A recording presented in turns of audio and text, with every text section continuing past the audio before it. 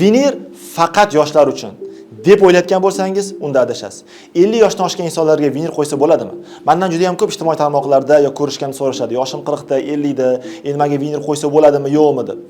Bugun sizlar bilan 60 yoshdan oshgan bemorimizni pastki jag'lariga to'liq 13 ta vinir va yuqori jag'lariga 8 ta implant va uning ustiga koronkalar bilan mana bu holatdan mana bu holatga qanday olib kelganimizni ko'rib chiqamiz.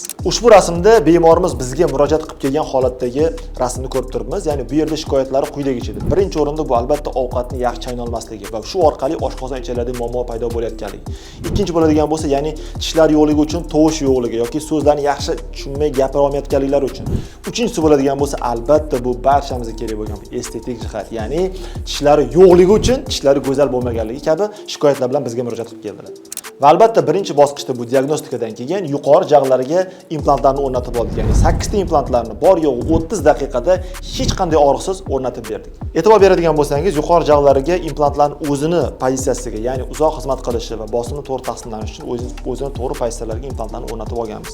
Va pastki jag'larda esa biz reja qilganimizdek barchasini vinillarga minimal chaqlagan holatda qolib oldik va qolib olganimizdan keyin vinillarimizni, go'zal vinillarimizni bizga yasab berishdi. Bu tayyorlab oldik. Buni ko'rishimiz mumkin.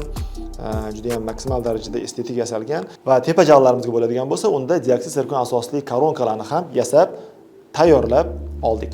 Mana sizlar bilan 3 oy davomida hojatamiz bilan tishlariga qilgan ishlarimizni, ya'ni yuqori jag'larga koronka, past jag'larga qilgan vinillarimizni tayyorlab bo'ldik va bu holatni ko'rishga tayyormisiz? Unda 1, 2, 3. Ko'rib turganingizdek, demak bizga shikoyat qilib kelgan 3 ta yo'nalishda, ya'ni birinchi o'rinda bu ovqat chaynashdagi muammolari bor edi. Biz tishlarni to'liq tiklaganimiz hisobiga ovqat chaynashlar o'z me'yoriga keldi.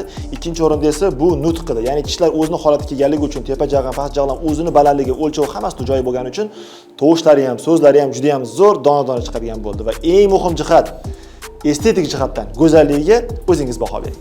Agar sizda ham chaynash bo'yicha va estetik jihatdan mana shunday muammolar bo'ladigan bo'lsa, unda Reston klinikamizga murojaat qiling. Biz sizga o'zimiz professional yechim beramiz.